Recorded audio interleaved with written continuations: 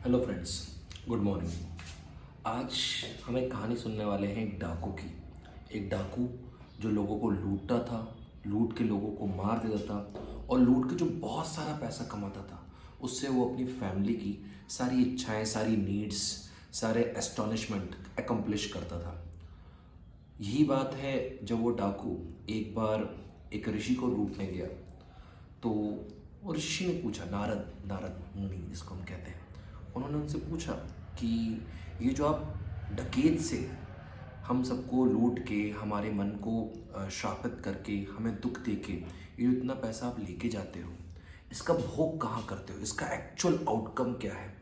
तो he said कि मैं आप लोगों से जो भी पैसा लूटता हूँ वो मेरी ज़रूरत है, क्योंकि मुझे मेरे परिवार को पालना रहता है, मुझे मेरे परिवार को खुशी देनी है, मुझे हर वो चीज़ उनकी पूरी करनी है। इसलिए मुझे आप सबको मेरा आप सबको लूटना कहीं ना कहीं सही है। ऋषि नारद ने बोला, आपको पता है आप ये जितना भी रॉन्ग डीड कर रहे हो, क्या इन सब में आप कर तो ये सब अल्टीमेटली अपनी फैमिली के लिए रहे हो, अपने रिलेटिव्स के लिए रहे हो, लेकिन जब इन सब का लॉ ऑफ कर्मा रिटर्न देगा तो would your family will participate in that particular result of what you are doing right now. तो Rishi Valmiki was quite confrontational कि अगर मैं आज उनके लिए सब कुछ कर रहा हूँ, if they are my family, तो जो इस कर्मा का फ्रूट होगा, जब ये कर्मा वापस आएगा तो वो भी मेरा साथ देंगे। सो नारद मुनि हैव आस्क्ड कि मैं यहीं पे खड़ा हूँ, आप चाहें तो मेरी पूरी जान ले सकते हैं, लेकिन जाके पहले एक बार अपनी फैमिली से पूछ के आइए कि आपके जितने भी एक्ट्स हैं, जब इनका आउटकम आएगा, जब इन इन इन कर्मों से आपको जब कोई परेशानी होगी, जब आप दर्द में होंगे, जब आप दुख में होंगे, जब आप एंजाइटी में होंगे, तो क्या आपकी फैमिली भी इस वाले पार्ट को आपके साथ भोगने को तैयार होगी।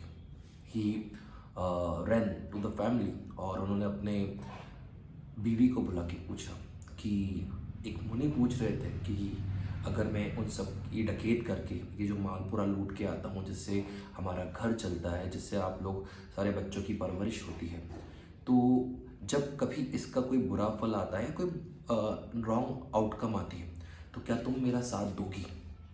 The woman replied, certainly not.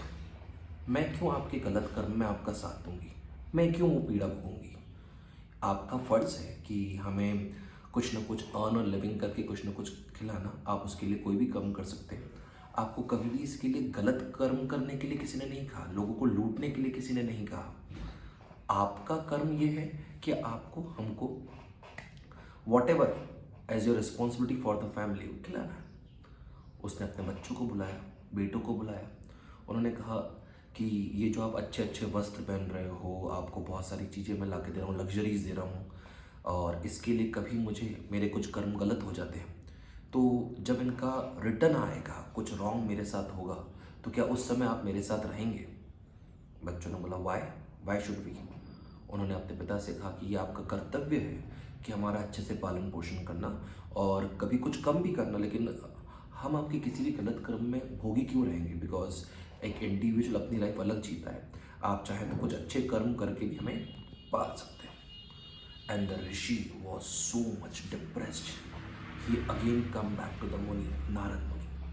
उनसे कहा कि मेरा परिवार, मेरी बीवी, मेरे बच्चे मेरे किसी भी रॉन्ग एक्ट के आउटकम की भागीदारी नहीं होना चाहते। और तो उन्होंने कहा कि मैंने इतने टाइम जो इतना सब कुछ गलत किया, लोगों को लूटा है, बहुत सारे लोगों को मारा है, तो ये सब अकेले मेरा कर्म बन गया, इन सब का आउटकम मुझे भोगना पड़ेगा।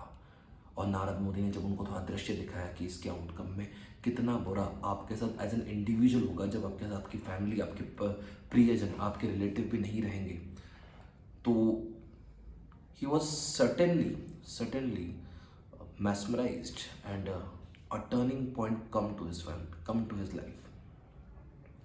इन्होंने बोला, मैं अब ये सारा डाकू वाला काम छोड़ दूंगा और आप मुझे राह दिखाइए। नारद मुनि ने उन्हें तपस्या करने के लिए कहा।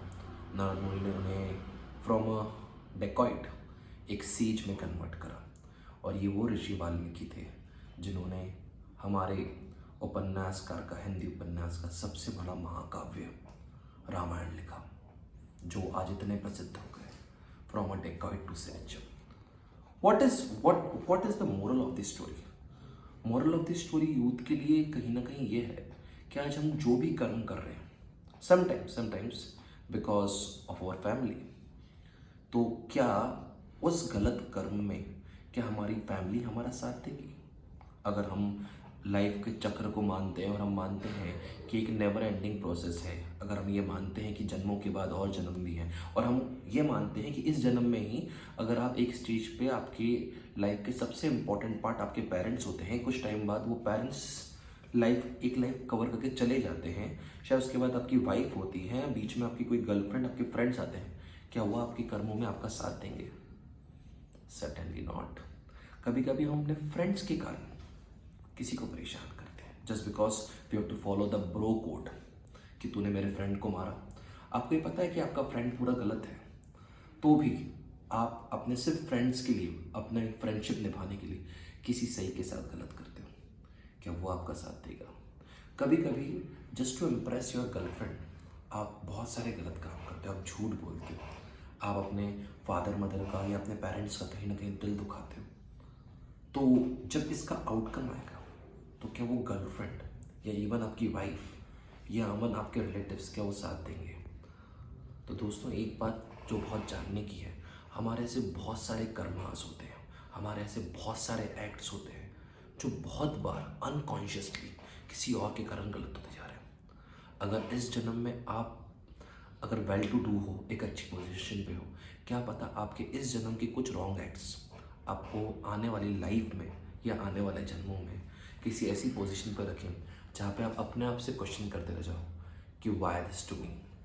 और जो अभी भी कुछ लोग अपने आप से कुछ क्वेश्चंस करते हैं why this to me, they to rewind your life, कहीं ऐसा तो नहीं कि ऐसा कोई कर्म हो चुका है।